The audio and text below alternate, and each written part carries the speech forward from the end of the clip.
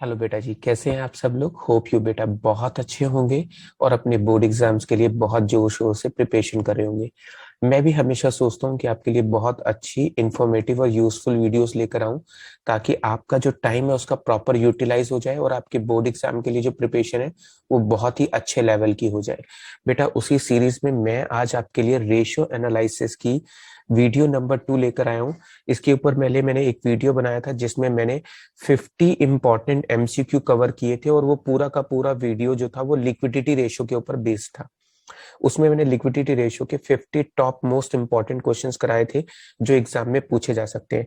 और आज की इस वीडियो में बेटा जी मैं आपके लिए सॉल्वेंसी रेशियो लेकर आया हूँ और इसमें 60 प्लस एमसीक्यूज मैं आपको सॉल्व करके दिखाने वाला हूँ।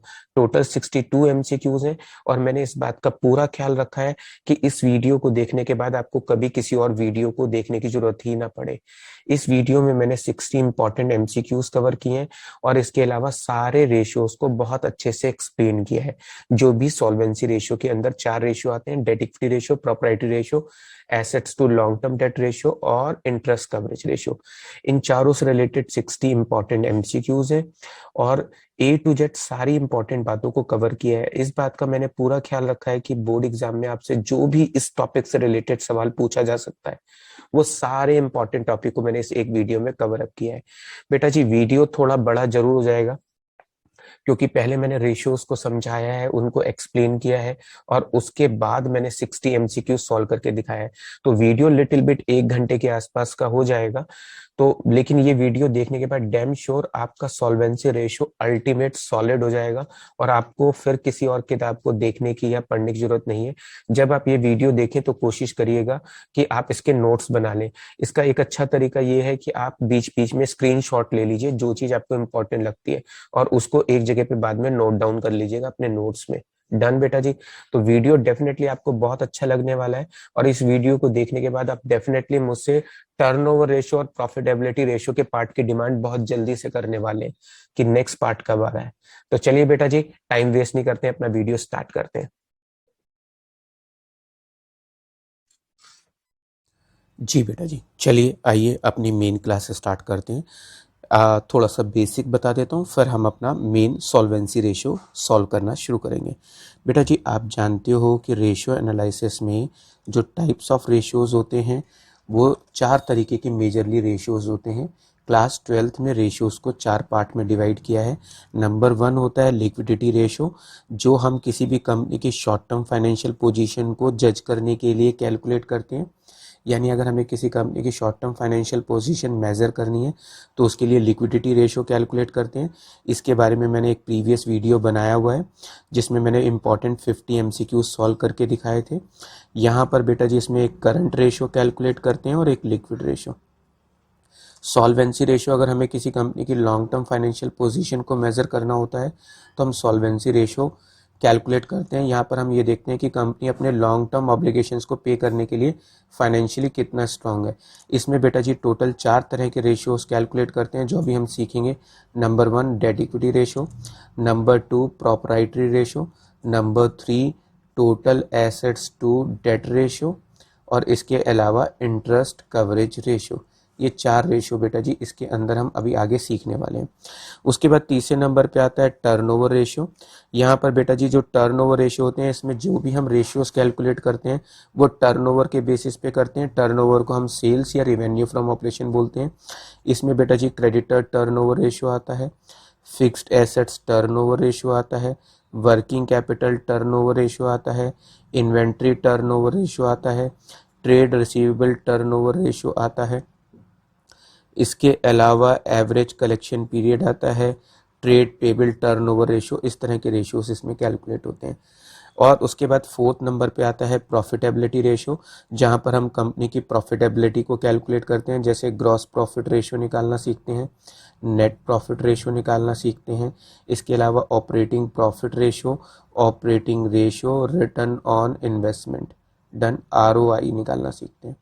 तो ये हमारे 4 तरह के मेजरली रेशियोज होते हैं। आज की वीडियो में बेटा जी मैं आपको सॉल्वेंसी रेशियो कराने वाला हूँ और मैं इसमें आपको 60 most important 60 plus most important MCQ कराऊंगा। और मैंने इस बात का पूरा ख्याल रखा है कि इस वीडियो को देखने के बाद आपको कभी कोई और वीडियो नहीं देखनी पड़ेगी, और इस वीडियो को देखने के बाद आपका सॉल्वेंसी रेशो इतना स्ट्रांग हो जाएगा कि आपको लगेगा कि हाँ, ये एक वीडियो दैट इज अनफ, और आप मुझसे अगली बार टर्नओवर रेशो की वीडियो और प्रॉफिटेबिलिटी रेशो की वीडियो की भी डिमांड करेंगे कि सर इनकी भी वीडियो जल्दी से बनाकर आप मुझे भेजिए। जब आप ये वीडियो पूरा देखेंगे तो डेफिनेटली आपको बहुत मजा आने वाला है इसको पढ़ने के बाद।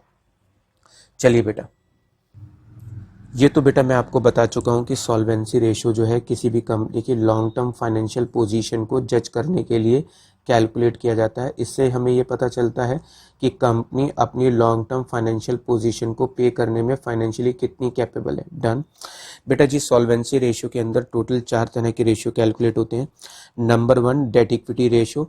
डेट इक्विटी रेशियो का फार्मूला होता है बेटा जी long term debt upon share holder fund. Share holder fund बेटा जी मालिक यानी ऑनर के पैसे को कहते हैं, और लॉन्ग टर्म डेट का मतलब होता है वो सारी लॉन्ग टर्म लाइबिलिटीज जिनका पैसा हमें 1 साल के बाद चुकाना है। मैं आपको बहुत सिंपल से एग्जांपल देता हूँ। मान लीजिए बेटा जी मैंने एक दुकान खोलने के लिए 3 लाख रुपए का बैंक से लोन लिया। कितने रुपए का लोन लिया? 3 लाख रुपए का बैंक से लोन लिया, और बेटा जी उसमें 2 लाख रुपए मैंने अपने पास से लगाए हैं और 3 लाख का मैंने बैंक से लोन ले लिया है। तो ऐसे में बेटा जी मेरा बिजनेस में टोटल इन्वेस्टमेंट कितने रुपए का है? 5 लाख का। यानी मैंने एक बिजनेस स्टार्ट किया है 5 लाख रुपए से, जिसमें मैंने बेटा जी लॉन्ग टर्म डेट यानी कितने रुपए उधार लिए हैं? 3 लाख रुपए बैंक से उधार लिए हैं 10 साल के लिए, और 2 लाख रुपए मैंने अपने पास से लगाए हैं। तो जो अपना पैसा होता है, ऑनर का जो पैसा होता है उसको शेयर होल्डर फंड कहते हैं, और जो पैसा मैंने आउटसाइडर से 1 साल से ज्यादा ड्यूरेशन के लिए उधार लिया उसको लॉन्ग टर्म डेट कहते हैं।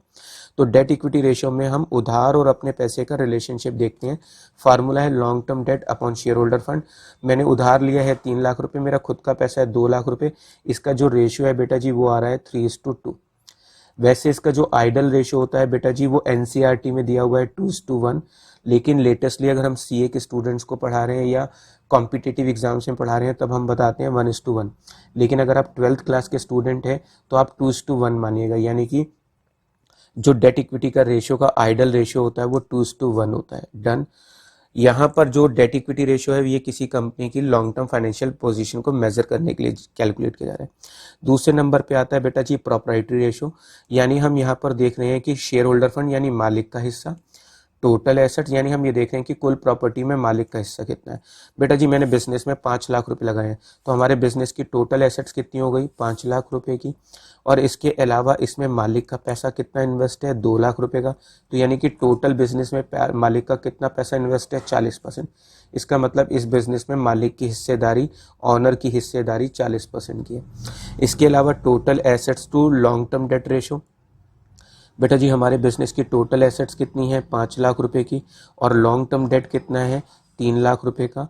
इसका मतलब है बेटा जी हमारा एसेट्स टू डेट रेशियो निकल कर आ रहा है 5:3। इसका मतलब होता है कि 3 रुपए चुकाने के लिए मेरी फर्म में मेरे पास कितने रुपए रखे हैं? 5 रुपए। यानी अगर मुझे किसी को 3 रुपए देने हैं तो मेरे पास 5 रुपए रखे हैं। इस तरीके से हम देखते हैं कि हमारे बिजनेस की फाइनेंशियल पोजीशन कैसी है। इसके अलावा डेट सर्विस रेशियो, जिसे हम इंटरेस्ट कवरेज रेशियो के नाम से भी जानते हैं, इसका फार्मूला होता है net profit before interest and tax. Short में इसको हम ऐसे लिखते हैं net profit before interest tax upon बेटा जी फिक्स इंटरेस्ट चार्जेस, यानी यहाँ पर हम इंटरेस्ट रखते हैं। इसको इससे डिवाइड करते हैं। मान लीजिए बेटा जी मेरे को 2 लाख का प्रॉफिट हुआ और मेरा इंटरेस्ट है 1 साल का 20,000 रुपये। तो बेटा जी मेरा इंटरेस्ट है 20,000 रुपये का और मेरा जो प्रॉफिट है बेटा जी वो 2 लाख का है। इसका मतलब मेरा जो आंसर आ रहा है वो आ रहा है 10:1, यानी 1 रुपये पे करने के लिए मेरे पास 10 रुपये रखे हैं। इसका मतलब ये होता है। ऐसे ही total assets to long term debt ratio में ये होता है कि 3 रुपये का उधार पे करने के लिए मेरे पास कितने रुपए रखे हैं? 5 रुपये। यहाँ पर ये पता चला कि टोटल एसेट्स में मेरा हिस्सा कितना है? 40% का। और यहाँ पर हमें ये पता चला कि बेटा जी हमारे और उधार के पैसे में क्या रिलेशनशिप है। तो सॉल्वेंसी रेशियो से किसी भी कंपनी की लॉन्ग टर्म फाइनेंशियल पोजीशन को मेजर किया जाता है। एक बार आप फॉर्मूले अच्छे से देख लीजिए। डेट इक्विटी रेशियो का फॉर्मूला है long term debt upon share holder fund. Property ratio का फार्मूला है share holder fund upon total assets. Assets to long term debt ratio का फार्मूला है total assets upon long term debt. और interest coverage ratio का formula है net profit before interest tax upon interest. जी बेटा, अब हम समझेंगे कि शेयर होल्डर फंड में क्या आता है, लॉन्ग टर्म डेट में क्या आता है, और रिजर्व सरप्लस में क्या आता है, और मिसलेनियस एक्सपेंडिचर में क्या आता है। सबसे पहले हम समझते हैं शेयर होल्डर फंड क्या होता है। बेटा जी, शेयर होल्डर फंड हम बोलते हैं ऑनर के फंड को, यानी मालिक के हिस्से को, यानी कि बिजनेस में मालिक का जो पोर्शन इन्वेस्टेड होता है उसको बोलते हैं शेयर होल्डर फंड। डन। यहाँ पर हमें अगर शेयर होल्डर फंड निकालना है तो बेटा जी इसके लिए तरीका क्या है। अगर मैं इक्विटी शेयर कैपिटल में प्रेफरेंस शेयर कैपिटल प्लस कर दूं और रिजर्व सरप्लस को प्लस कर दूं और माइनस कर दूं मिसलेनियस एक्सपेंडिचर को, तो इन चारों चीज़ों को एडलेस करके जो चीज़ आएगी उसको हम अपना शेयर होल्डर फंड बोलेंगे। फिर से equity share capital plus preference share capital plus reserve surplus. अब बात आती है कि रिजर्व सरप्लस क्या होता है। बेटा जी, जो कंपनी ने अपने पास सेविंग्स और फंड्स बनाकर रखे हुए हैं उसको बोलते हैं रिजर्व सरप्लस। रिजर्व सरप्लस के अंदर क्या क्या आता है, आइए बेटा जी समझ लीजिए। इसके अंदर जनरल रिजर्व आता है। जनरल रिजर्व को बेटा जी रेवेन्यू रिजर्व भी कहते हैं, ये बात आप याद रखिएगा।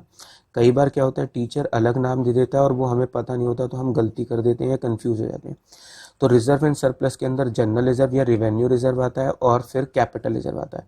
अब कुछ स्टूडेंट को जनरल रिजर्व और रिवेन्यू रिजर्व और कैपिटल रिजर्व का डिफरेंस भी नहीं पता। मैं शॉर्ट में बता देता हूँ बेटा। मेरी एक मेडिकल स्टोर की दुकान है, उस दुकान में से बेटा जी मैंने 3 लाख रुपए प्रॉफिट कमाया है। कितना प्रॉफिट कमाया है, 3 लाख का। 3 लाख का जो प्रॉफिट कमाया है उसमें से 1 लाख रुपए मैंने दुकान में ही रिजर्व करके रख लिया, यानी दुकान में सेविंग करके रख लिया अपनी तिजोरी में। तो बेटा जी, जो बिजनेस इनकम में से मैंने पैसा अपने पास सेव करके रखा हुआ है उसे बोलते हैं रिजर्व, जनरल रिजर्व या फिर रेवेन्यू रिजर्व। उसके बाद 3 लाख में से 1 लाख तो मैंने अपने बिजनेस की तिजोरी में रखे हुए हैं, तो ये हो गया जनरल रिजर्व या रेवेन्यू रिजर्व। और जो 1 लाख रुपए और थे वो मैंने बैंक में जमा कर दिए। अगर मैं पैसा बैंक में जमा कर देता हूँ तो उसको बोलेंगे रिजर्व फंड। इसके अलावा बेटा जी जो बाकी का पैसा प्रॉफिट एंड लॉस अकाउंट में मैंने छोड़ दिया है उसको प्रॉफिट एंड लॉस बोलेंगे। प्रॉफिट एंड लॉस यानी जो हमारा करंट ईयर का प्रॉफिट होता है। और एक्यूमुलेटेड प्रॉफिट एंड लॉस किसे बोलते हैं बेटा जी, करंट ईयर और प्रीवियस ईयर के प्रॉफिट के टोटल सम को बेटा जी एक्यूमुलेटेड प्रॉफिट बोलते हैं। तो प्रॉफिट एंड लॉस लिखा होता है तो करंट ईयर का प्रॉफिट एंड लॉस का सम है, और अगर एक्यूमुलेटेड प्रॉफिट लिखा हुआ आता है तो इसका मतलब ये होता है कि ये हमारा करंट ईयर और प्रीवियस ईयर के प्रॉफिट का टोटल सम है। अगर प्रॉफिट एंड लॉस के आगे क्रेडिट लिखा है तो इसका मतलब ये प्रॉफिट है, और प्रॉफिट एंड लॉस के आगे अगर ये डेबिट लिखा है तो बेटा जी ये लॉस होता है। डन। इसके अलावा रिवेन्यू रिजर्व, जनरल रिजर्व मैंने बता दिया, बिजनेस की इनकम में से जो सेविंग हमने की हुई है उसे बोलते हैं रिवेन्यू रिजर्व या जनरल रिजर्व। मान लीजिए मेरे दुकान की कोई एसेट्स थी, मैंने उस एसेट्स को बेच दिया और उससे मुझे प्रॉफिट हुआ। मेरे को एसेट्स बेचने से प्रॉफिट हुआ और उस प्रॉफिट को मैंने अपने पास रिजर्व करके रखा है तो उसे बोलेंगे कैपिटल रिजर्व। इसके अलावा सिक्योरिटी प्रीमियम, हम मार्केट में जो शेयर है एक्स्ट्रा प्राइस पर बेचते हैं, तो जो भी शेयर मैंने एक्स्ट्रा वैल्यू पर बेचे हैं उस एक्स्ट्रा वैल्यू से जो पैसा मिलता है उसको सिक्योरिटी प्रीमियम मिलते हैं। इसके अलावा any kind of reserve like investment fluctuation reserve हो या वर्कर कंपनसेशन फंड हो या वर्कर कंपनसेशन रिजर्व हो, सब इसके अंदर आता है। तो बेटा जी शेयर होल्डर फंड निकालते समय हमें इक्विटी शेयर कैपिटल प्लस करेंगे, प्रेफरेंस शेयर कैपिटल प्लस करेंगे, रिजर्व सरप्लस करेंगे, और रिजर्व सरप्लस में ये सब चीज़ें आएंगी। आप एक बात बहुत ध्यान रखेंगे बेटा जी, क्वेश्चन सॉल्व करते समय टीचर बहुत चालाक है और उसे पता है कि स्टूडेंट कहाँ गलती करेगा और आपके मार्क्स कहाँ कटेंगे। तो बेटा जी ध्यान रखिएगा, आप मार्क्स नहीं कटवाइएगा। टीचर क्या करेगा, आपको एग्जाम में रिजर्व सरप्लस भी दे देगा, यानी ये भी क्वेश्चन के अंदर गिवन है, और साथ में आपको जनरल रिजर्व भी गिवन है। अगर आपको ये दोनों चीजें गिवन हो तो याद रखिएगा जनरल रिजर्व बेटा जी ऑलरेडी रिजर्व सरप्लस में इंक्लूड है। तो अगर क्वेश्चन में रिजर्व सरप्लस भी दिया है, जनरल रिजर्व भी दिया है, तो हम सिर्फ रिजर्व सरप्लस को लेंगे, जनरल रिजर्व को इग्नोर कर देंगे। या क्वेश्चन में रिजर्व सरप्लस भी आ जाए और साथ में सिक्योरिटी प्रीमियम भी आ जाए तो हम रिजर्व सरप्लस को लेंगे, सिक्योरिटी प्रीमियम को हम इग्नोर कर देंगे। ये चीज याद रखिएगा। जो भी इसके सब हेड है बेटा जी, ये हो गई मेन हेडिंग और ये हो गई सब हेड, समझ गए। तो अगर आपको क्वेश्चन में सब हेड और मेन हेड दोनों दिया है तो आप मेन हेड को लीजिएगा, सब हेड को छोड़ दीजिएगा। डन। इसके अलावा बेटा जी इसमें माइनस करते हैं मिसलेनियस एक्सपेंडिचर। अब ये जो मिसलेनियस एक्सपेंडिचर है यहाँ पर मैंने इसकी शॉर्ट फॉर्म ली है। मिसलेनियस एक्सपेंडिचर बेटा जी क्या होते हैं, जो भी हमारे बिजनेस के हैवी लॉसेस होते हैं, जिन लॉसेस को हम एक साथ प्रॉफिट एंड लॉस में चार्ज नहीं कर सकते। मान लीजिए मेरे बिजनेस का प्रॉफिट 3 लाख रुपए, 1 मिनट के लिए आप मान लीजिए कि मेरे को बिजनेस का प्रॉफिट 3 लाख है और बिजनेस में मुझे कोई हैवी लॉस हो गया है 8 लाख रुपए का। तो बताइए इस 8 लाख के लॉस को रिकवर करने में मुझे कितने साल लग जाएंगे, जबकि मैं एक साल में 3 लाख रुपए कमाता हूँ। तो बेटा जी मैं एक साल में 3 लाख कमाता हूँ और मुझे 8 लाख का लॉस हो गया है, तो इसे पूरा करने के लिए मुझे लगभग 3 साल लग जाएंगे। कितने साल लग जाएंगे? 3 साल। तो ऐसे लॉसेस जिनको हम एक साथ 1 साल में प्रॉफिट एंड लॉस से चार्ज नहीं कर पाते हैं, जिन्हें हम थोड़ा थोड़ा करके P&L में ट्रांसफर करते हैं, ऐसे लॉसेस को मिसलेनियस एक्सपेंडिचर बोलते हैं। अगर ये कहीं भी दिया हो तो बेटा जी शेयर होल्डर फंड निकालते समय हम इन्हें माइनस करेंगे। इसके अंदर क्या क्या आता है? मिसलेनियस एक्सपेंडिचर के अंदर बेटा जी प्रीलिमिनरी एक्सपेंस आते हैं। प्रीलिमिनरी एक्सपेंस वो एक्सपेंस होते हैं जो किसी भी कंपनी को स्टैब्लिश करते समय स्टार्टिंग में हम जो पैसा खर्च करते हैं उसको बोलते हैं प्रीलिमिनरी एक्सपेंस। इसके अलावा हमने मार्केट में शेयर इशू किए हैं। शेयर इशू करने के लिए हमने प्रोस्पेक्टस इशू किया है, न्यूज़पेपर में ऐड दिया है और डिफरेंट तरह के हमने एडवर्टाइजमेंट एक्सपेंस किए होंगे, उन सबको बोलते हैं share issue expense. Discount on issue of debentures, under writing commission और इसके अलावा प्रॉफिट एंड लॉस का डेबिट बैलेंस। अगर ये सब चीज़ें दी होंगी तो याद रखिएगा शेयर होल्डर फंड निकालते समय हम इन्हें माइनस कर देते हैं। तो शेयर होल्डर फंड निकालते समय इक्विटी शेयर कैपिटल में प्रेफरेंस शेयर कैपिटल जोड़िएगा और ये सारी चीज़ें ऐड करिएगा, और ये अगर कोई भी चीज़ दिखाई दे जाए तो इसको लेस कर दीजिएगा। इन सब के एड लेस करने से क्या निकल कर आ जाएगा? Share holder fund. Long term date में क्या आता है? लॉन्ग टर्म डेट में वो सभी लाइबिलिटीज आती हैं जिनकी पेमेंट हमें 12 महीने के बाद देनी है, यानी 1 साल के बाद पे करनी है। डन, उनको बोलेंगे। इसमें डिबेंचर्स आते हैं। इसके अलावा डिबेंचर्स को याद रखिएगा बेटा जी बॉन्ड्स भी बोलते हैं।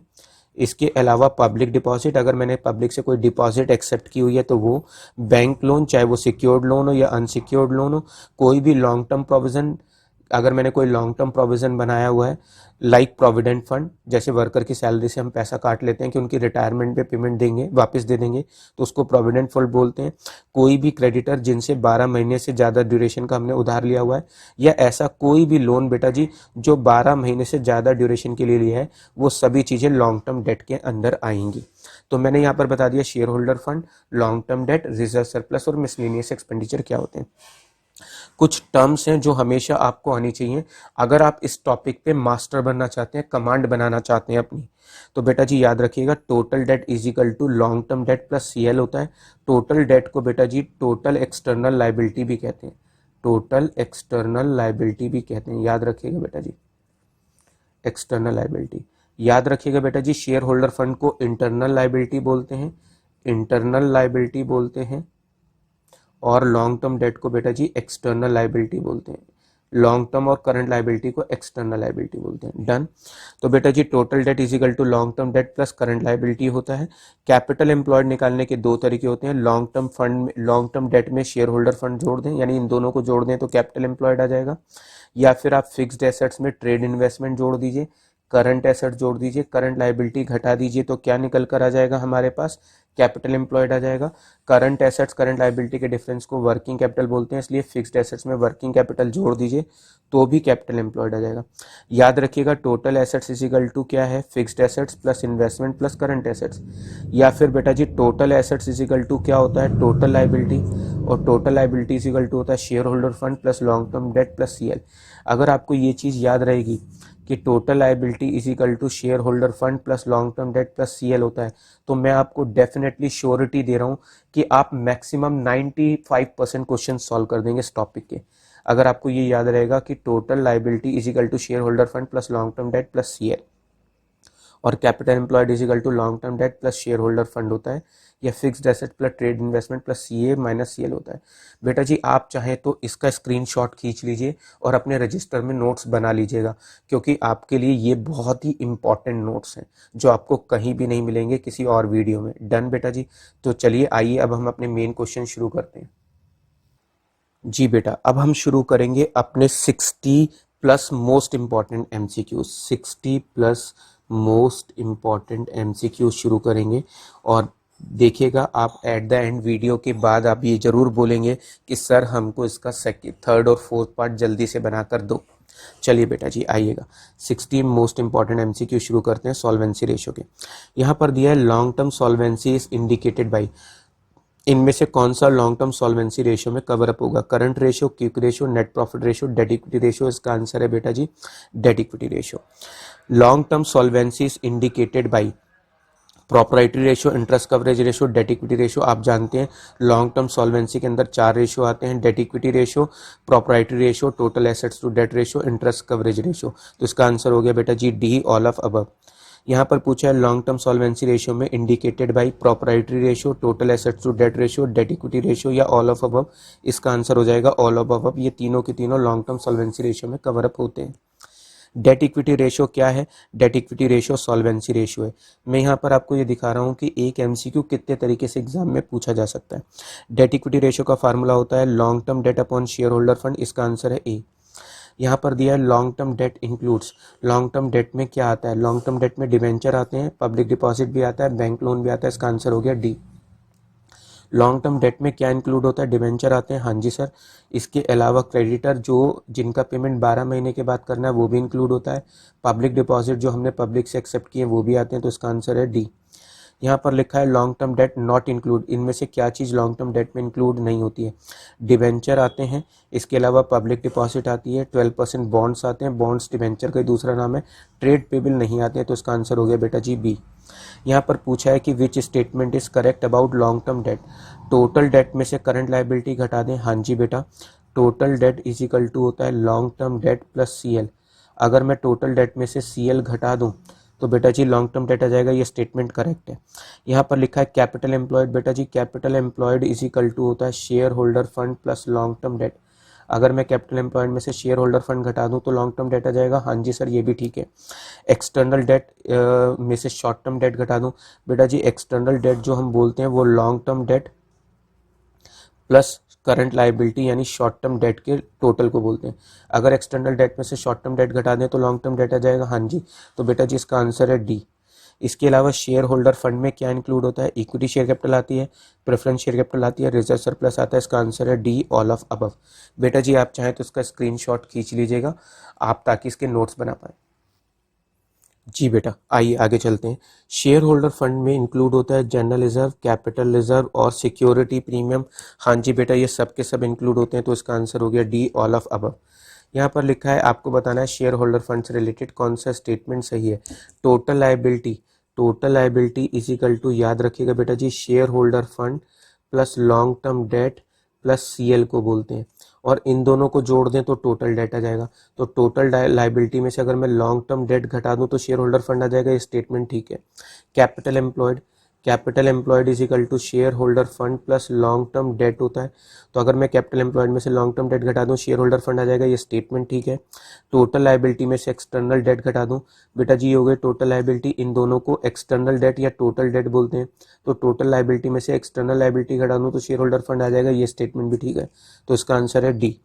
यहाँ पर लिखा है which statement is correct about share holder fund. Total assets में से आउटसाइड लायबिलिटी घटा दें, बेटा total assets is equal to total liability ही तो हो जाएगी। Total assets is equal to total liability share holder fund plus long term debt plus CL. तो बेटा जी अगर इसमें से ये दोनों चीज़ें घटा दें तो शेयर होल्डर फंड आ जाएगा। ये स्टेटमेंट ठीक है। यहाँ पर पूछा है लॉन्ग टर्म फंड्स। बेटा जी long term funds capital employed का ही दूसरा नाम है। तो लॉन्ग टर्म फंड्स यानी कैपिटल एम्प्लॉयड, इसमें से लॉन्ग टर्म डेट घटा दें तो शेयर होल्डर फंड आ जाएगा। ये स्टेटमेंट ठीक है। फिक्स्ड एसेट्स में करंट एसेट जोड़ दें तो टोटल एसेट्स आ जाएगी और टोटल एसेट्स में से एक्सटर्नल डेट घटा दें। Total assets is equal to क्या होता है? Total assets is equal to total liability और टोटल लायबिलिटी में से एक्सटर्नल लायबिलिटी घटा दूं तो शेयर होल्डर फंड आ जाएगा। तो इसका आंसर डी है बेटा जी। ये सारे स्टेटमेंट ठीक है। आपको बताना है which statement is correct about share holder fund. Equity share capital में प्रेफरेंस शेयर कैपिटल प्लस होती है, ठीक है। रिजर्व सरप्लस प्लस होता है लेकिन जनरल रिजर्व नहीं आता क्योंकि अगर दोनों चीज़ें साथ दी हो तो ये इंक्लूड नहीं होगा। ये स्टेटमेंट गलत है। इक्विटी शेयर कैपिटल में प्रेफरेंस शेयर कैपिटल प्लस होती है, नेट रिजर्व सरप्लस प्लस होता है, मिसलेनियस एक्सपेंडिचर। बेटा जी अगर मैं रिजर्व सरप्लस में से मिसलेनियस एक्सपेंडिचर घटा दूं तो जो बचेगा उसको नेट बोलेंगे। अगर यहाँ नेट लिखा है तो इसका मतलब है मिसलेनियस एक्सपेंडिचर पहले से माइनस है। तो इसका मतलब ये स्टेटमेंट भी गलत है क्योंकि रिजर्व सरप्लस खाली लिखा हो तो इसका मतलब ये माइनस नहीं है और नेट लिखा हो तो इसका मतलब ये ऑलरेडी माइनस है। इक्विटी शेयर कैपिटल में हम लोग प्रेफरेंस शेयर कैपिटल प्लस कर दें, रिजर्व सरप्लस माइनस प्लस कर दें, मिसलेनियस एक्सपेंडिचर माइनस कर दें। इसका आंसर बेटा जी सी है। ये स्टेटमेंट बिल्कुल ठीक है इसका, डन। और इसके अलावा यहाँ पे लिखा है equity share capital, preference share capital, reserve surplus और सिक्योरिटी प्रीमियम। मैंने आपको पीछे वीडियो में बताया था कि रिजर्व सरप्लस और सिक्योरिटी प्रीमियम दोनों दिए हो तो इसको इंक्लूड नहीं करते। तो इसका आंसर है बेटा जी C, equity share capital plus preference share capital plus reserve surplus minus miscellaneous expenditure. Next पे आते हैं, यहाँ पर टीचर ने पूछा है शेयर होल्डर फंड बताइए क्या होगा। बेटा जी इक्विटी शेयर कैपिटल आता है शेयर होल्डर फंड में, आप कहेंगे यस। प्रेफरेंस शेयर कैपिटल आता है, आप कहेंगे यस। रिजर्व सरप्लस आएंगे, यस। इसके अलावा सिक्योरिटी प्रीमियम नहीं। बेटा जी रिजर्व सरप्लस और सिक्योरिटी प्रीमियम दोनों हो तो हम रिजर्व सरप्लस लेंगे। लाइव स्टॉक बेटा जी फिक्स्ड एसेट्स होती है, जानवरों को बोलते हैं। प्रीलिमिनरी एक्सपेंस भी दिए हैं, मिसलेनियस एक्सपेंडिचर भी दिया है, तो अब हम क्या करेंगे, मिसलेनियस एक्सपेंडिचर को घटा देंगे। प्रीलिमिनरी एक्सपेंस जो है वो मिसलेनियस एक्सपेंडिचर के अंदर ऑलरेडी इंक्लूड होता है। तो 2 लाख, 3 लाख 50, 4 लाख 20, 4 लाख 20 में से 30,000 घटाएंगे तो आंसर हो जाएगा 3,90,000। इसमें शेयर होल्डर फंड निकालना है तो equity share capital share holder fund में आती है, प्रेफरेंस शेयर कैपिटल भी आती है शेयर होल्डर फंड में। नेट रिजर्व सरप्लस दिया हुआ है। नेट का मतलब क्या होता है बेटा जी, अभी मैंने पीछे बताया था, नेट का मतलब है ऑलरेडी जो मिसलेनियस एक्सपेंडिचर है वो माइनस है, तो इसका मतलब जनरल रिजर्व का कोई यूज नहीं है क्योंकि रिजर्व सरप्लस दिया है। प्रॉफिट एंड लॉस का कोई यूज नहीं है क्योंकि जनरल रिजर्व सरप्लस दिया है। डिबेंचर आते नहीं है शेयर होल्डर फंड में, शेयर इश्यू एक्सपेंस का यूज नहीं है, मिसलेनियस एक्सपेंडिचर का कोई यूज नहीं है क्योंकि यहाँ नेट लिखा है। नेट का मतलब होता है रिजर्व सरप्लस में से ऑलरेडी मिसलेनियस एक्सपेंडिचर माइनस है। तो 2 लाख, 4 लाख 50 और 90 जोड़ेंगे तो 5,40,000 आंसर हो जाएगा। ये मोस्ट इंपॉर्टेंट क्वेश्चन है, अगर एग्जाम में आया तो डेफिनेटली आप गलती करके आओगे, इसलिए नेट शब्द को याद रखना, हाईलाइटेड कर रहा हूं मैं इसको। जी बेटा आइएगा 67 नंबर क्वेश्चन पे आते हैं। हमको फिक्स्ड एसेट्स दिया हुआ है, इसके अलावा हम लोगों को डेप्रिसिएशन ऑन फिक्स्ड एसेट्स दिया है, करंट एसेट्स दिया हुआ है, ट्रेड इन्वेस्टमेंट दिया हुआ है, करंट लायबिलिटी दिया है, लॉन्ग टर्म डेट दिया हुआ है। बेटा जी आप जानते हो कि total assets is equal to क्या होता है, fixed assets plus current assets plus trade investment. मैंने ट्रेड इन्वेस्टमेंट बीच में लिखता हूँ जनरली, अब की बार पीछे लिख दिया। बेटा जी 12 लाख में से 2 लाख गए तो फिक्स्ड एसेट्स कितनी हो गई, 10 लाख की। इसके अलावा ट्रेड इन्वेस्टमेंट कितने दिए हैं, 1 लाख रुपए के। इसके अलावा करंट एसेट्स कितनी दी हुई हैं, 4,40,000 की। अगर मैं इन सबको जोड़ दूं तो बेटा जी टोटल एसेट्स आ जाएंगी, तो आप बोलेंगे हाँ जी सर टोटल एसेट्स आ जाएंगी 15,40,000 रुपये। Total assets is equal to बेटा जी क्या होता है सर, टोटल लायबिलिटी, और total liability is equal to होता है share holder fund plus long term debt plus CL। बेटा जी टोटल लायबिलिटी हो गई 15,40,000 की, क्योंकि assets is equal to liability होते हैं। क्वेश्चन में लॉन्ग टर्म डेट कितना दिया है, 8 लाख रुपए का। इसके अलावा करंट लायबिलिटी कितना दिया है, 3,40,000 का। तो मैं आपसे पूछ रहा हूँ क्या शेयर होल्डर फंड निकाल सकते हैं, तो आप बोलोगे हाँ जी सर इसको माइनस कर दीजिए, तो शेयर होल्डर फंड 4 लाख निकल कर आ रहा है, तो इसका आंसर हो गया ए। यहाँ पर बेटा जी इसने पूछा है कि शेयर होल्डर फंड बताइए। मैंने अभी आपको बताया कि बेटा जी total assets is equal to total liability होता है, जो कि होता है share holder fund plus long term debt plus CL। हमको टोटल एसेट्स दिया यानी टोटल लायबिलिटी दी है 6 लाख रुपए की। क्वेश्चन में हमें टोटल डेट दिया यानी इन दोनों का टोटल दिया हुआ है, कितना दिया हुआ है, 3,50,000 का। अगर मैं टोटल डेट में से करंट लायबिलिटी घटा दूं, अगर मैं टोटल डेट में से करंट लायबिलिटी घटा दूं तो लॉन्ग टर्म डेट आ जाएगा, और दोनों को जोड़ दूं तो टोटल डेट आ जाएगा। तो क्या मैं शेयर होल्डर फंड निकाल सकता हूं, तो आप बोलेंगे हाँ जी सर 3.5 लाख माइनस कर दीजिए, तो शेयर होल्डर फंड निकल कर आएगा बेटा जी 2,50,000 रुपये। तो इसका आंसर आ रहा है बेटा जी डी। यहाँ पर टीचर ने कहा शेयर होल्डर फंड बताइए, तो बेटा जी मैंने अभी बताया कि total assets is equal to होता है fixed assets plus current assets plus trade investment. Done. और यहाँ पर हमें फिक्स्ड एसेट्स दी हुई है 6 लाख रुपए की, हमको करंट एसेट्स दिया है 3 लाख रुपए का, हमको ट्रेड इन्वेस्टमेंट दिया है 1 लाख रुपए का। इसके अलावा बेटा जी टोटल एसेट्स निकल कर आ जाएंगी 10 लाख रुपए की। आप जानते हो बेटा जी total assets is equal to क्या होता है, total liability. Total liability is equal to share holder fund plus long term debt plus CL। Done. Total liability हो गई बेटा जी 10 लाख रुपए की। शेयर होल्डर फंड निकाल कर दिखाना है। लॉन्ग टर्म डेट कितना हो गया बेटा जी, 4 लाख रुपए का। इसके अलावा CL कितना हो गया, 1 लाख का। अब बेटा जी 10 लाख में से 5 लाख घटाएंगे तो share holder fund will be 5 lakh. ये सारे क्वेश्चन मैं आपको इसलिए प्रैक्टिस करा रहा हूँ कि आपको किताब खोलकर कुछ और देखना ही नहीं पड़े, आप आंख बंद करके इसके सारे MCQ सॉल्व कर दें बेटा। जी बेटा 70 क्वेश्चन पे आते हैं। यहाँ पर पूछा है डेट इक्विटी रेशियो का फार्मूला बताइए। ये थोड़ा सा लाइट हो रहा है तो थोड़ा सा एडजस्ट कर लीजिएगा। Short term debt upon share holder fund, नहीं बेटा फार्मूला होता है long term debt upon share holder fund, ये गलत है। Share holder upon fund upon fixed assets, ये फार्मूला भी गलत है। Short term plus long term debt upon share holder fund, बेटा ये भी गलत है, इसका आंसर है डी। फार्मूला होता है long term debt upon share holder fund.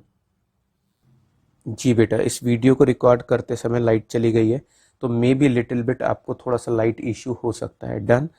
Proprietary ratio क्या है? प्रोप्राइटरी रेशियो का फार्मूला होता है बेटा जी share holder fund upon total assets, तो इसका सही आंसर है C. Total assets to debt ratio का फार्मूला क्या होता है? इसका फार्मूला होता है total assets upon long term debt, तो इसका आंसर बी है। यहाँ पर पूछा है the dash ratio provide the information critical to long term run operations. जहां पर हमें कंपनी के लॉन्ग टर्म रन ऑपरेशन का पता चलता है वो कौन से रेशियो से पता चलता है? सॉल्वेंसी रेशियो से। 74 यहाँ पर टीचर ने कहा है डेट इक्विटी रेशियो बताइए किससे एक्सीड होना रिस्की होगा। बेटा जी डेट इक्विटी रेशियो का जो आइडल रेशियो क्लास 12 के लिए है वो 2:1 है, और अगर आप ग्रेजुएशन में जाएंगे तो 1:1 होगा। फिलहाल 12th के पॉइंट ऑफ व्यू से 2:1 से ज़्यादा होगा, तो डेट इक्विटी रेशियो रिस्की होता है बेटा जी। इन डेट इक्विटी रेशियो, डेट का मतलब क्या होता है? डेट का मतलब बेटा जी लॉन्ग टर्म डेट से होता है। इसके अलावा प्रोप्राइटरी रेशियो, जी बेटा फिर से बता देता हूँ, मे बी वॉल्यूम प्रॉब्लम आ जाए। इन डेट इक्विटी रेशियो, डेट का मतलब लॉन्ग टर्म डेट होता है। Proprietary ratio indicate the relationship between proprietor fund and total assets. Proprietary ratio का फार्मूला होता है प्रोप्राइटर फंड यानी share holder fund upon total assets, तो इसका आंसर सी है। फिक्स्ड एसेट्स दिया हुआ है, करंट एसेट्स दिया हुआ है, हमको इक्विटी शेयर कैपिटल दिया है, रिजर्व दिया है, लॉन्ग टर्म डेट दिया है, डेट इक्विटी रेशियो बताइए। बेटा जी डेट इक्विटी रेशियो का फार्मूला होता है long term debt upon share holder fund. हमारे इस क्वेश्चन में बेटा जी लॉन्ग टर्म डेट कितने दिए हैं? 4 लाख के। शेयर होल्डर फंड में क्या आएगा? शेयर होल्डर फंड हमें दिया ही नहीं है, तो कैसे निकालेंगे बेटा जी? अगर मुझे शेयर होल्डर फंड निकालना है, निकाल सकते हैं क्या? सर निकल जाएगा, इक्विटी शेयर कैपिटल दिया हुआ है और रिजर्व दिया हुआ है, तो बेटा जी 3 लाख में अगर 2 लाख जोड़ दूं तो 5 लाख आ जाएगा, और अगर मैं 4 लाख को 5 से डिवाइड करूं तो आंसर आएगा 0.80:1। इसका आंसर आ रहा है डी। आइए गाइस 78 नंबर पर आते हैं। इसमें फिक्स्ड एसेट 7 लाख रुपीस की है, करंट एसेट्स 3 लाख रुपए की है, इक्विटी शेयर कैपिटल 3 लाख रुपए की है, रिजर्व दिया हुआ है, लॉन्ग टर्म डेट दिया है, हमको प्रॉपर्टी रेशियो निकालना है। बेटा प्रॉपर्टी रेशियो का फार्मूला हमारे पास क्या होता है? हमारे पास फार्मूला है share holder fund upon total assets into 100। अब यहाँ पर मेरे को क्या चाहिए? मेरे पास फिक्स्ड एसेट्स है, करंट एसेट्स है, अगर मैं दोनों को प्लस कर दूँ 7 और 3 10 लाख रुपए, तो मेरी टोटल एसेट्स हो जाएगी 10 लाख रुपए। क्वेश्चन में मुझे इक्विटी शेयर कैपिटल दिया हुआ है और रिजर्व दिया हुआ है, दोनों को जोड़ दें तो शेयर होल्डर फंड आ जाएगा 5 lakh rupees. Answer will be 50%, तो यहाँ पर मेरा आंसर है सी। यहाँ पर लिखा है फिक्स्ड एसेट 7 लाख रुपीज़ की है, करंट एसेट्स 3 लाख रुपए की है, इक्विटी शेयर कैपिटल है, रिजर्व है, लॉन्ग टर्म डेट है, और यहाँ पर लिखा है total assets to debt ratio निकालिए। Total assets to debt ratio का फार्मूला क्या है हमारे पास? Total assets upon long term debt. अगर हम ये देखें कि ये क्या है हमारे पास 7 और 3 10 लाख, ये तो हमारे पास टोटल एसेट्स हो गई, और अगर हम बात करें लॉन्ग टर्म डेट की तो मेरे पास 4 लाख रुपया हो गया। इसके अलावा और कोई चीज़ नहीं दी हुई है। यहाँ पर आंसर निकालेंगे तो 2.5:1 आ रहा है, यानी इसका आंसर सी है। क्वेश्चन में इक्विटी शेयर कैपिटल दिया है 20 लाख, रिजर्व दिया है, डिबेंचर्स दिए हैं, करंट लाइबिलिटी दी है, डेट इक्विटी रेशियो निकालना है। बेटा जी डेट इक्विटी रेशियो का फार्मूला क्या है? Long term debt upon share holder fund. Question में लॉन्ग टर्म डेट बेटा जी कितने हैं? लॉन्ग टर्म डेट के नाम पर डिबेंचर्स दिए हुए हैं 10 लाख रुपए के। क्वेश्चन में इक्विटी शेयर कैपिटल और रिजर्व दिया हुआ है, दोनों को जोड़ दें तो 25 लाख आ जाएगा। अगर हम इसको शॉर्ट करते हैं तो 10:25 हो जाएगा, या शॉर्ट करें तो 0.4:1 आ जाएगा, तो इसका आंसर है बेटा जी ए। 81 नंबर पे आते हैं बेटा जी। हमको डेट इक्विटी रेशियो 1:2 दिया हुआ है। इसने कहा है इनमें से किस ट्रांजैक्शन की वजह से हमारा डेट इक्विटी रेशियो इंक्रीज होगा, आपको ये बताना है। बेटा जी डेट इक्विटी रेशियो का फार्मूला क्या होता है? डेट इक्विटी रेशियो का हमें आंसर दिया है 1:2। 1 को मैं 1 लाख लिख लेता हूँ, आप 1000 या 10,000 भी ले सकते हैं। 2 को मैं 2 लाख मान रहा हूँ। क्यों मान रहा हूँ? सिर्फ आपको लॉजिकली समझाने के लिए। Long term debt upon share holder fund, ये इसका फार्मूला है। यहाँ पर टीचर ने पूछा है कि हमारा डेट इक्विटी रेशियो इंक्रीज कैसे होगा? बेटा जी अगर ऊपर वाली चीज़ इंक्रीज हो जाए, यानी लॉन्ग टर्म डेट इंक्रीज हो जाए, लॉन्ग टर्म डेट इंक्रीज हो जाए तो हमारा आंसर इंक्रीज आएगा, या फिर हमारा शेयर होल्डर फंड नीचे वाली चीज़ जो डिनोमिनेशन है वो डिक्रीज हो जाए तो हमारा आंसर इंक्रीज आएगा। डन। यहाँ पर बेटा जी हमें issue of new share capital है, अगर मैं नए शेयर इशू करूँगा तो शेयर होल्डर फंड इंक्रीज हो जाएगा तो आंसर डिक्रीज आएगा, यानी ये तो गलत है। रिडम्पशन ऑफ डिबेंचर यानी ऊपर वाली चीज़ अगर रिड्यूस हो जाएगी तो भी मेरा आंसर छोटा आएगा, ये भी गलत है। हमने 1 लाख रुपए के डिबेंचर इशू किए यानी ऊपर वाली चीज़ इंक्रीज हो रही है, यानी लॉन्ग टर्म डेट इंक्रीज हो रहे हैं तो आंसर जो है इंक्रीज आएगा। चलिए समझते हैं बेटा जी। मान लीजिए हमने 2 लाख रुपए के डिबेंचर्स इशू किए। अगर हमने 2 लाख रुपए के डिबेंचर इशू किए तो हमारे पास पब्लिक से क्या आएगा, पैसा आएगा, और मेरे पास से जाएगा क्या, डिबेंचर्स जाएंगे। तो ऐसे में बेटा जी जो मेरा 1 लाख रुपए का लॉन्ग टर्म डेट है वो 2 लाख रुपए से इंक्रीज होकर 3 लाख हो जाएगा, और यहाँ पर कितना आ रहा है मेरा 2 लाख।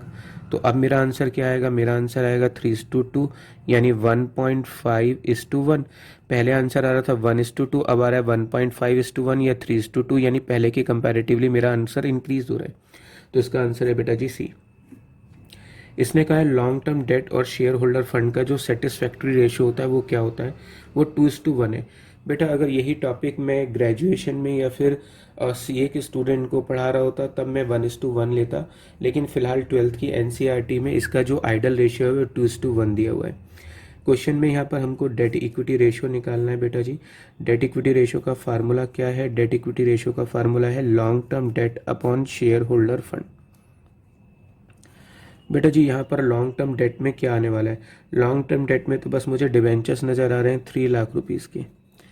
और अगर मैं बात करूँ शेयर होल्डर फंड तो इक्विटी शेयर कैपिटल आएगी, जनरल रिजर्व आएगी, प्रीलिमिनरी एक्सपेंस माइनस हो जाते हैं, 5 लाख, 8 लाख, 20 में से 20 जाएंगे तो 8 लाख हो जाएंगे। अगर मैं इसको सॉल्व करूँगा तो बेटा जी मेरा आंसर आ जाएगा 3:8, यानी यहाँ पर मेरा आंसर आ रहा है ए। 84 नंबर पे आते हैं। यहाँ पर टीचर हमसे चाहता है कि हम डेट इक्विटी रेशियो निकाल कर दिखाएं। बेटा डेट इक्विटी रेशियो का फार्मूला क्या है, फार्मूला है long term debt upon share holder fund. बेटा जी long term debt upon share holder fund, equity share capital दिए 5,60,000, हमको रिजर्व दिया है, प्रीलिमिनरी एक्सपेंस दिए हैं।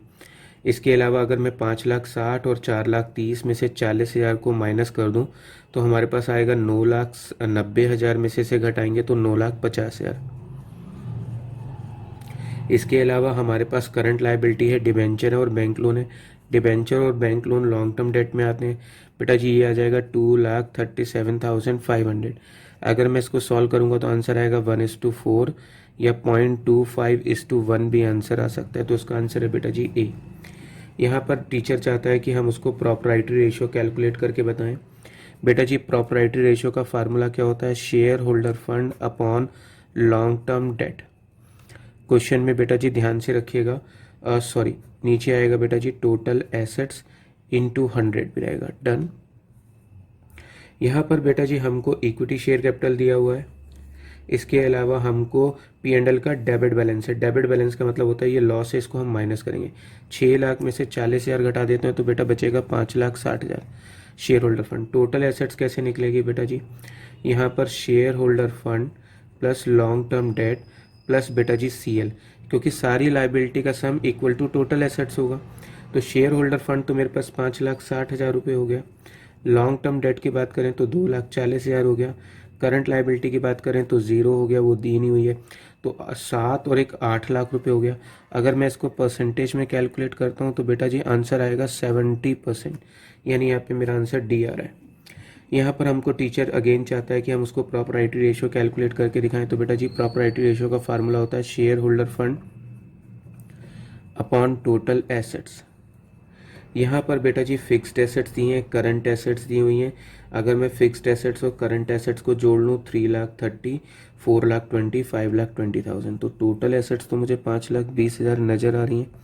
शेयर होल्डर फंड में इक्विटी शेयर कैपिटल आएगी, प्रेफरेंस शेयर कैपिटल आएगी, रिजर्व फंड आएगा और 30,000 माइनस हो जाएंगे, preliminary expense is a kind of loss. तो यहाँ पर मैं इन सबको जोड़ता हूँ बेटा जी 2,44,000, 3,14,000, 4,14,000, 4,14,000, 4,22,000, 4,72,000, 4,42,000। बेटा जी अब मैं इसकी परसेंटेज कैलकुलेट करता हूँ, हमारे पास परसेंटेज आएगी बेटा जी 85%। तो इसका आंसर है बेटा जी सी।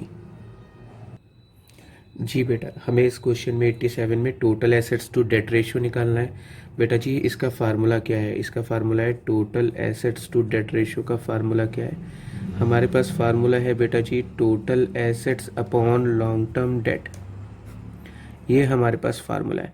क्वेश्चन में बेटा जी मुझको वर्किंग कैपिटल और करंट लायबिलिटी दी है। आप जानते हो working capital is equal to होता है CA minus CL। Working capital 2,70,000 रुपये दिया हुआ है हमको। CA मुझे नहीं दिया हुआ है, CL दिया है 30,000। तो बेटा जी ये 30,000 उधर जाएंगे तो CA is equal to 3 lakh निकलेगा। और हमें क्वेश्चन में फिक्स्ड एसेट्स भी दी हुई हैं। कितनी दी हुई हैं? 4 लाख की। तो अगर मैं दोनों को जोड़ दूं तो क्या टोटल एसेट्स आ जाएंगे? तो आप कहेंगे हाँ जी सर, टोटल एसेट्स 7 लाख आ गई। क्वेश्चन में हमारे पास दिया हुआ है डिबेंचर और लोन दिए हैं। डिबेंचर और लोन को जोड़ दें तो यहाँ आ जाएगा 2,80,000। अब मैं इसको इससे डिवाइड कर दूं तो हमारा आंसर आएगा 2.5:1। तो इसका आंसर आ रहा है C। यहाँ पर बेटा जी अगेन हमको total assets to debt ratio निकालना है। अगेन हमें क्वेश्चन में वर्किंग कैपिटल और करंट लायबिलिटी दी हुई है। तो बेटा जी working capital is equal to CA minus CL। आप जानते हैं वर्किंग कैपिटल बेटा जी 3,20,000 दिया हुआ है।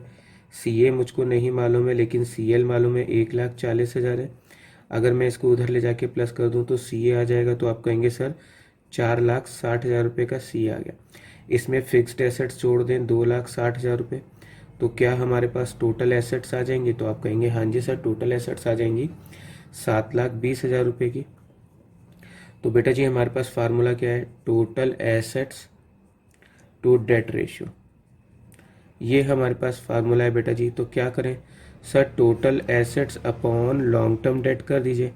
तो टोटल एसेट्स 7,20,000 रुपये हो गई। लॉन्ग टर्म डेट बेटा जी यहाँ पे 2,10,000 और 78 है तो 2,88,000 हो गए। अगर मैं इसको इससे डिवाइड करता हूँ तो बेटा जी मेरा आंसर आएगा 2.5:1। डन। यहाँ पर आते हैं 82 नंबर पे डेट इक्विटी रेशियो निकालना है। तो बेटा जी डेट इक्विटी रेशियो का फार्मूला क्या है? हमें क्वेश्चन में कैपिटल एम्प्लॉयड दिया हुआ है, लॉन्ग टर्म डेट दिया हुआ है, करंट लायबिलिटी दी है। डेट इक्विटी रेशियो का फार्मूला क्या है? सर डेट इक्विटी रेशियो का फार्मूला होता है long term debt upon share holder fund. बेटा जी हमको कैपिटल एम्प्लॉयड दिया है। आप जानते हो कि capital employed is equal to क्या होता है? Sir capital employed is equal to होता है share holder fund plus long term debt. बेटा जी मुझको कैपिटल एम्प्लॉयड कितना दिया हुआ है? 12 लाख रुपए। शेयर होल्डर फंड नहीं दिया हुआ है लेकिन लॉन्ग टर्म डेट दिया हुआ है 8 लाख। बेटा जी अगर मैं ये 8 लाख उधर ले जाके मैं माइनस कर दूं तो क्या शेयर होल्डर फंड निकल जाएगा? तो आप कहेंगे हाँ जी सर, शेयर होल्डर फंड निकल कर आ जाएगा 4 लाख। तो बेटा जी क्वेश्चन तो सॉल्व हो गया। हमारे पास लॉन्ग टर्म डेट कितना है? 8 लाख। शेयर होल्डर फंड कितना है हमारे पास? 4 लाख। तो हमारे पास आंसर कितना आ जाएगा? 2:1। तो इसका आंसर हो गया ए। यहाँ पर अगेन टीचर चाहता है उसी क्वेश्चन में हम लोग total assets to debt ratio निकालें। Total assets to debt ratio का फार्मूला बोलो बेटा जी क्या होता है? Sir total assets to debt ratio का फार्मूला होता है total assets upon long term debt. बेटा जी टोटल एसेट्स कैसे निकलेंगे? अब हमारे पास यहाँ पर हमारे को लॉन्ग टर्म डेट तो पता है। बेटा जी आप जानते हो कि total assets is equal to total liability होती है। Share holder fund plus long term debt plus CL, इनको जोड़ दीजिए। बेटा जी शेयर होल्डर फंड कितना है? पीछे अभी निकाला था हमने, 4 लाख निकला था। लॉन्ग टर्म डेट 8 लाख है। क्वेश्चन में CL कितना दिया हुआ है? 4 लाख। अगर मैं इन सब का सम कर दूं तो मेरे पास टोटल एसेट्स आ जाएंगी 16 लाख। लॉन्ग टर्म डेट कितने हैं? 8 लाख। अगर मैं आंसर निकालूंगा तो आंसर आएगा 2:1। तो यहाँ पर मेरा आंसर आ रहा है ए। यहीं पर इसी क्वेश्चन में टीचर चाहता है कि हम उसको प्रोप्राइटरी रेशियो निकाल कर दिखाएं। प्रोप्राइटरी रेशियो का फार्मूला बोलो बेटा क्या होता है? Sir share holder fund upon total assets into 100। बेटा जी शेयर होल्डर फंड हमने पीछे निकाला था, कितना निकला था? 4 लाख। टोटल एसेट्स हमने कैलकुलेट की थी बेटा जी, कितनी निकली थी? 16 लाख। इंटू 100 कर दें तो बेटा जी परसेंटेज में कैलकुलेट करेंगे तो 25% आएगा। तो इसका आंसर हो गया बेटा जी डी। जी बेटा हमको क्वेश्चन में कैपिटल एम्प्लॉयड दिया हुआ है, शेयर होल्डर फंड दिया हुआ है और करंट लायबिलिटी दी हुई है। टीचर चाहता है कि हम डेट इक्विटी रेशियो निकालें, इसी क्वेश्चन का प्रोप्राइटरी रेशियो निकालें और total assets to debt ratio निकालें। ये चीज़ चाहता है। बेटा जी तो फिर हम क्या करते हैं, पहले हम शेयर होल्डर फंड देखेंगे कैसे निकलेगा, फिर हम देखेंगे कि लॉन्ग टर्म डेट कैसे निकलेगा, फिर हम देखते हैं कि टोटल एसेट्स कैसे निकलेंगे। हमें क्वेश्चन में कैपिटल एम्प्लॉयड दिया हुआ है। बेटा जी कैपिटल एम्प्लॉयड का फार्मूला क्या है? Capital employed is equal to होता है बेटा जी share holder fund plus long term debt. अब मुझे क्वेश्चन में शेयर होल्डर फंड 1,00,000 रुपए का दिया है, लॉन्ग टर्म डेट नहीं दिए हुए हैं और कैपिटल एम्प्लॉयड 4,00,000 रुपए की दी है, तो क्या मैं लॉन्ग टर्म डेट निकाल सकता हूँ? तो आप कहेंगे सर लॉन्ग टर्म डेट निकल कर आ जाएगा 3,00,000। तो हमारे पास लॉन्ग टर्म डेट हो गया 3,00,000 रुपए, शेयर होल्डर फंड हो गया 1,00,000 रुपए। क्वेश्चन में करंट लाइबिलिटी दी है, आप जानते हो कि total assets is equal to total liability होता है। Total liability is equal to share holder fund plus long term debt plus CL होता है। शेयर होल्डर फंड बेटा जी 1,00,000 है, लॉन्ग टर्म डेट बेटा जी 3,00,000 रुपए है, करंट लाइबिलिटी बेटा जी 4,00,000 रुपए। तो अगर मैं इन सब का सम करूं तो 8,00,000 रुपए मेरे पास क्या आ जाएंगे, टोटल एसेट्स आ जाएंगे। डेट इक्विटी रेशियो का फार्मूला बोलो बेटा। सर फार्मूला है share holder long term debt upon share holder fund. तो बेटा जी लॉन्ग टर्म डेट कितने हैं, 3,00,000, शेयर होल्डर फंड कितना है सर 1,00,000। तो बेटा जी आंसर क्या हो गया सर 3:1 हो गया, इसका आंसर है बी। उसके बाद बेटा जी प्रॉपर्टी रेशियो का formula sir share holder fund upon total assets into 100। Share holder fund sir 1,00,000 है, टोटल एसेट्स हमने अभी ऊपर कैलकुलेट की थी 8,00,000 है सर, इंटू 100 करें तो 12.5% आ जाएगा आंसर। इसका आंसर बेटा जी डी है। यहाँ पर total assets to debt ratio calculate करना है, तो बेटा जी इसका फार्मूला क्या है सर, इसका फार्मूला है total assets upon long term debt. Total assets हैं 8,00,000 रुपए की, लॉन्ग टर्म डेट बेटा जी दिए हुए हैं हमको 3,00,000 रुपए की। अगर मैं इसको सॉल्व करूं तो बेटा जी 8:3 आएगा, और भी शॉर्ट कर सकते हैं लेकिन हमें ये ऑप्शन में दिया हुआ है जी बेटा। 94, 95, 96 में हमको debt equity ratio, property ratio और total assets to debt ratio निकालना है। हमें क्वेश्चन में टोटल एसेट्स दी हुई हैं, टोटल डेट दिया हुआ है, क्वेश्चन में करंट रेशियो दिया है, करंट एसेट्स दिया है। बेटा जी मैं आपसे पूछ रहा हूँ कि करंट रेशियो का हमें आंसर 2 दिया हुआ है, फार्मूला क्या होता है? तो आप कहेंगे सर CA अपॉन CL होता है। बेटा जी मुझको 2 दिया हुआ है, CA की वैल्यू दी हुई है 2,00,000, तो क्या मैं CL की वैल्यू निकाल सकता हूँ? तो आप कहेंगे हाँ जी सर, CL की वैल्यू निकल कर आ जाएगी 1,00,000 रुपए। जी बेटा। अच्छा बताइए बेटा जी, हमने पीछे पढ़ा था कि total debt is equal to क्या होता है? Sir total debt is equal to होता है long term debt plus current liability. बेटा जी टोटल डेट कितना दिया हुआ है, 3,00,000 रुपए का। लॉन्ग टर्म डेट बेटा जी हमको नहीं पता, करंट लाइबिलिटी हमें 1,00,000 मालूम है, तो क्या मैं लॉन्ग टर्म डेट निकाल सकता हूँ? तो आप कहेंगे सर 2,00,000 रुपए निकल जाएगा। बेटा जी total assets is equal to क्या होता है सर, टोटल लाइबिलिटी होता है। Total liability is equal to share holder fund plus long term debt plus current liability. बेटा जी हमको टोटल एसेट्स दी हुई हैं 5,00,000 रुपए की, शेयर होल्डर फंड नहीं दिया हुआ है, लॉन्ग टर्म डेट 2,00,000 रुपए है, करंट लाइबिलिटी बेटा जी 1,00,000 रुपए की दी हुई है। अगर मैं इसको सॉल्व करता हूँ तो शेयर होल्डर फंड निकल कर आ जाएगा 2,00,000 रुपए। डन बेटा जी। तो यहाँ पर अब हमारे पास डेट इक्विटी रेशियो का फार्मूला क्या है? सर डेट इक्विटी रेशियो का फार्मूला हमारे पास हो गया, डेट इक्विटी रेशियो का फार्मूला है sir long term debt upon share holder fund. तो बेटा जी लॉन्ग टर्म डेट कितना है सर, लॉन्ग टर्म डेट है 2,00,000 रुपए, शेयर होल्डर फंड कितना है सर 2,00,000 रुपए। तो बेटा जी ऐसे में मेरा आंसर हो गया 1:1, यानी इसका ऑप्शन है बी।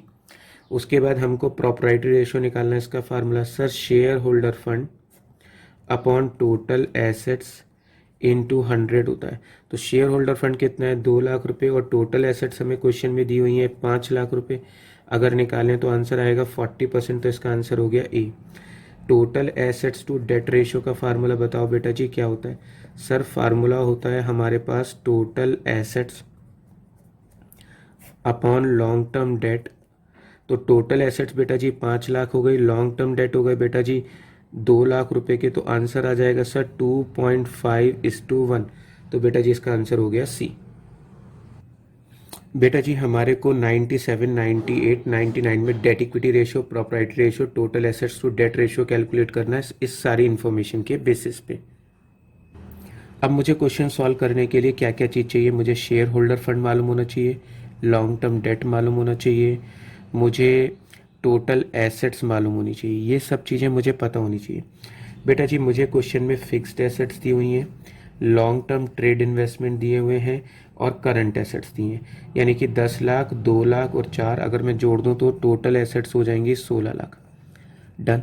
तो बेटा जी मैंने क्या क्या प्लस किया है, फिक्स्ड एसेट्स, ट्रेड इन्वेस्टमेंट और करंट एसेट्स जोड़ दिया तो 16 लाख आ गया। डन। क्वेश्चन में प्रीलिमिनरी एक्सपेंस है, अंडर राइटिंग कमीशन है। Preliminary expense is a kind of loss होता है, under writing commission is a kind of loss होता है। इक्विटी शेयर कैपिटल दिया हुआ है हमको 2 लाख रुपए का। प्रेफरेंस शेयर कैपिटल के आगे जो परसेंटेज होती है उसका यूज़ नहीं होता है, याद रखिएगा। 1 लाख रिजर्व्स दिए हुए हैं, 1 लाख प्रॉफिट एंड लॉस दिया हुआ है हमको 2 लाख।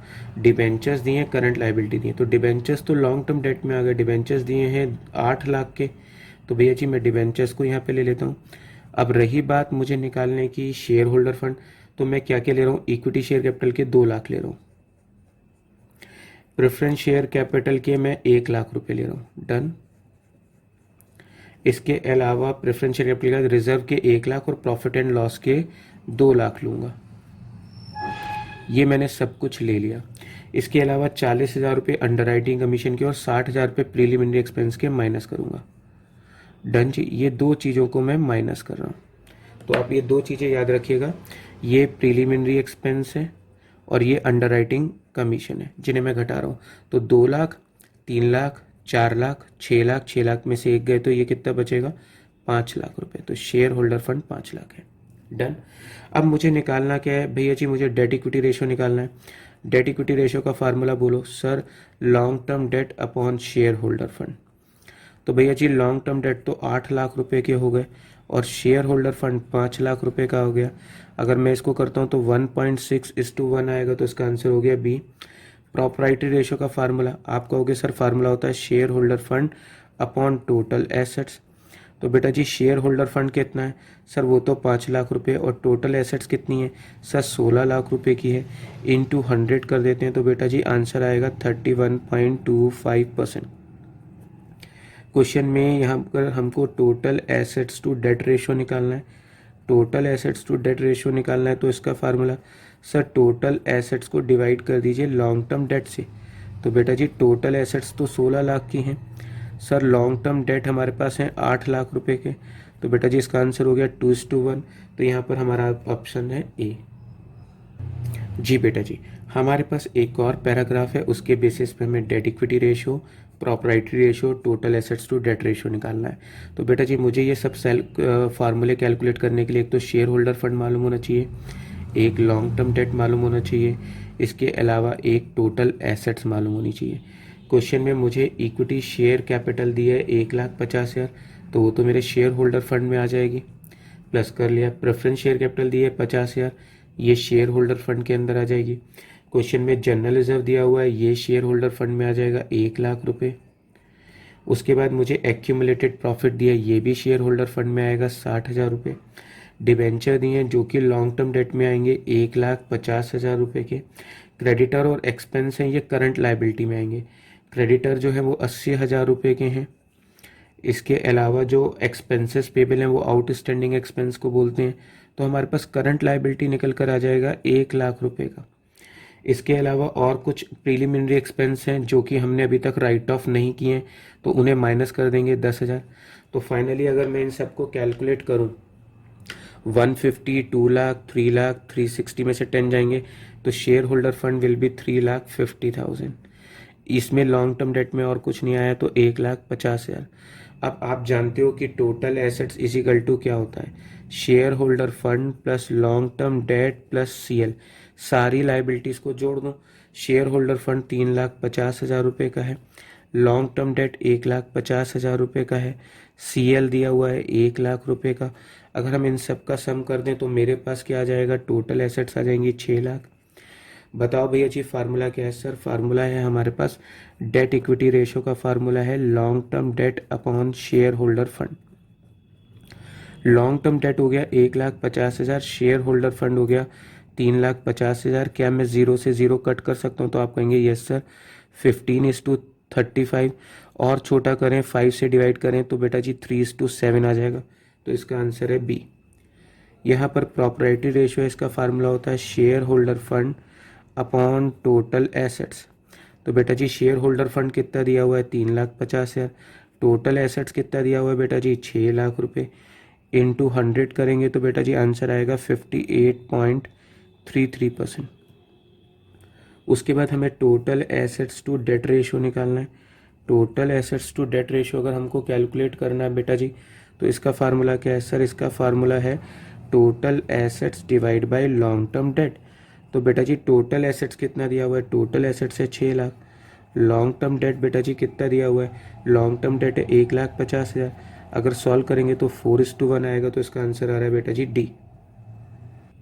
जी बेटा जी, अब मैं आपको इस चैप्टर का मोस्ट इम्पॉर्टेंट टॉपिक कराने जा रहा हूँ, जिसमें से डेफिनेटली बोर्ड एग्जाम में आपसे सवाल ज़रूर पूछा जाएगा।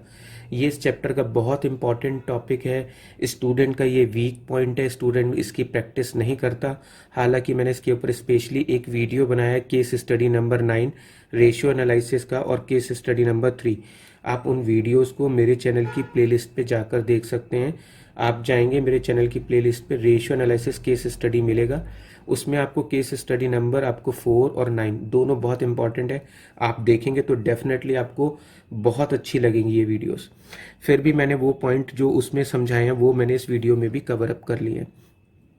यहाँ पर हमारे पास है कटरीना लिमिटेड है, जिसका डेट इक्विटी रेशियो 2:1 दिया हुआ है, और वो ये चाहती है हमसे कि गिवन सिचुएशन में आप ये बताइए कि हमारा डेट इक्विटी रेशियो पे क्या इम्पैक्ट पड़ेगा।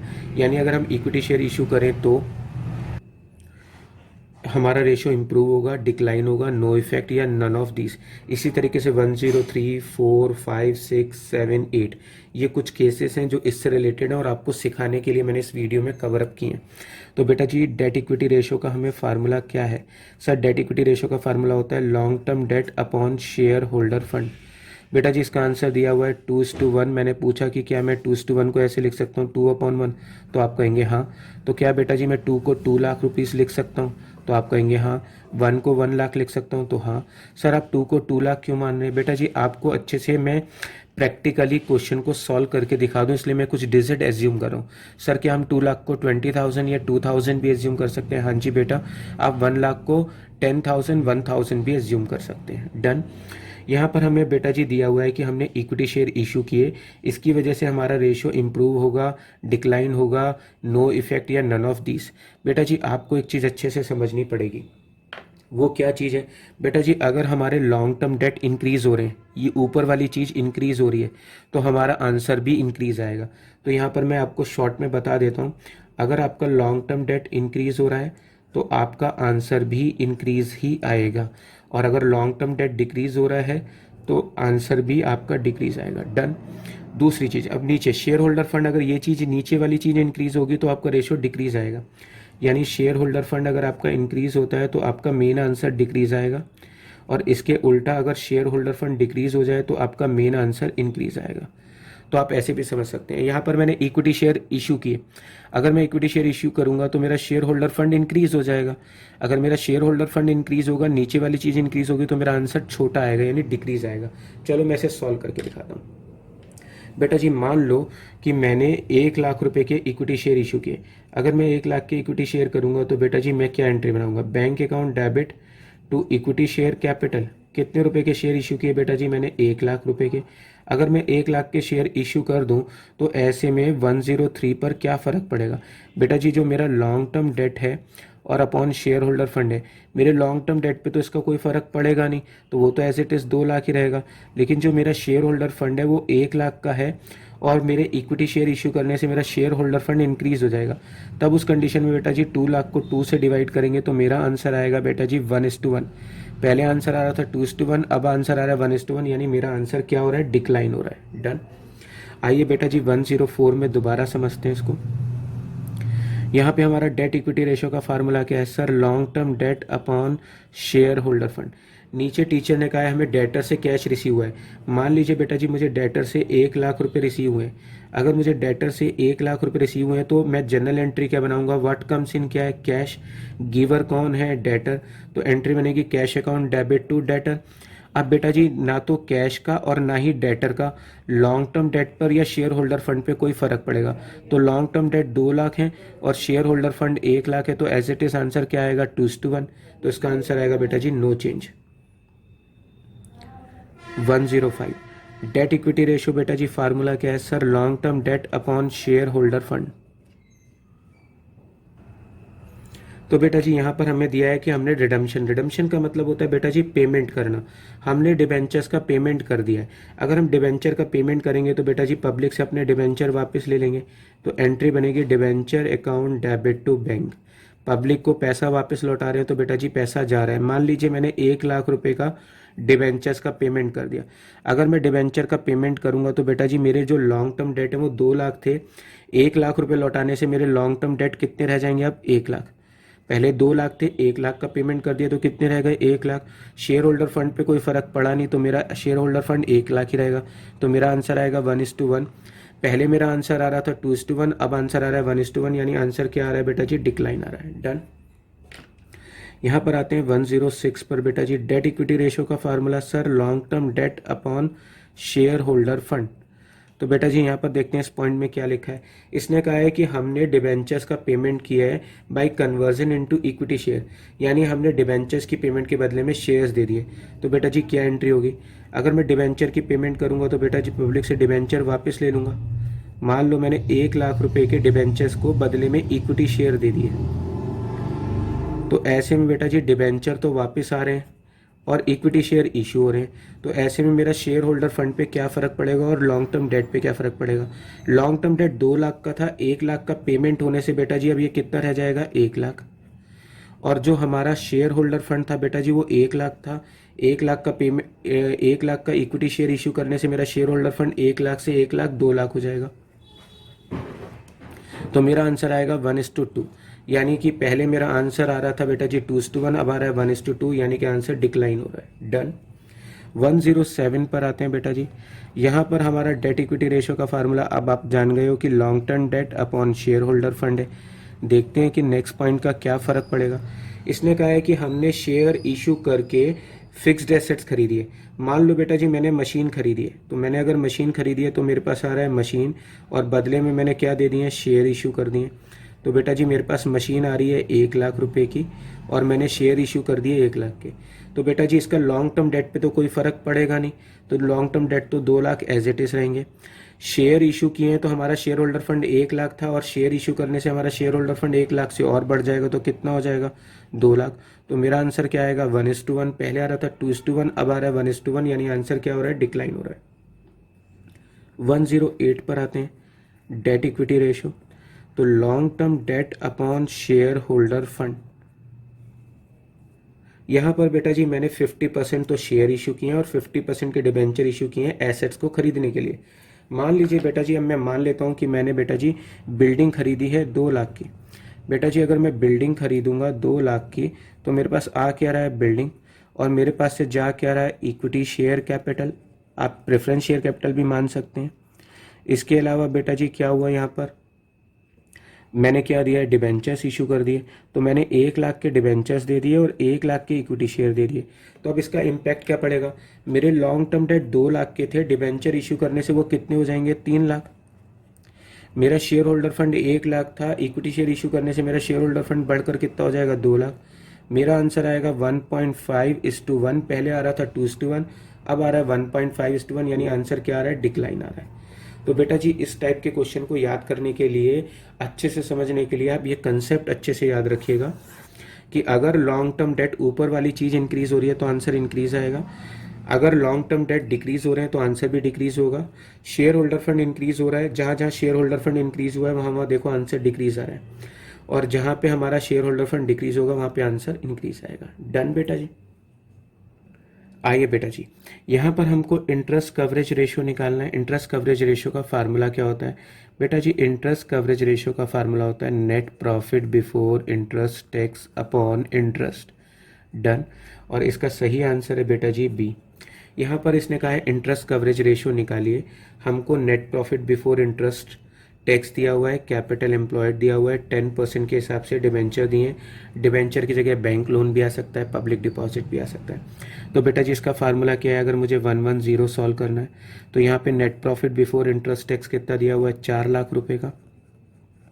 क्वेश्चन में मेरे को 10% के हिसाब से 5 लाख के डिबेंचर पे इंटरेस्ट निकाले तो इंटरेस्ट कितना निकलेगा, 50,000 रुपये। तो ऐसे में मेरा आंसर आएगा बेटा जी 8:1, यानी 1 रुपये का इंटरेस्ट चुकाने के लिए मेरे पास 8 रुपये का प्रॉफिट है। इसका मतलब हमारी कंपनी की जो फाइनेंशियल पोजीशन है वो बहुत अच्छी है, ये चीज़ इससे ये रिफ्लेक्ट करती है। डन। आइएगा बेटा जी 111 सॉल्व करेंगे।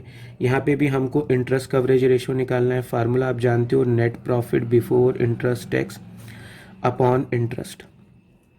क्वेश्चन में हमें दिया हुआ है net profit after interest before tax, after interest tax दिया हुआ है। तो बेटा जी यहाँ पर हमारे पास क्या है, याद रखिएगा बेटा जी, सबसे पहले net profit before interest tax होता है, उसमें से हम इंटरेस्ट पे करते हैं, जो चीज़ बचती है उसको बोलेंगे net profit after interest before tax, फिर हम देते हैं टैक्स, और फिर जो चीज़ बचती है बेटा जी उसको बोलते हैं net profit after interest tax. हमें क्वेश्चन में net profit after interest tax दिया है 2 लाख रुपए का।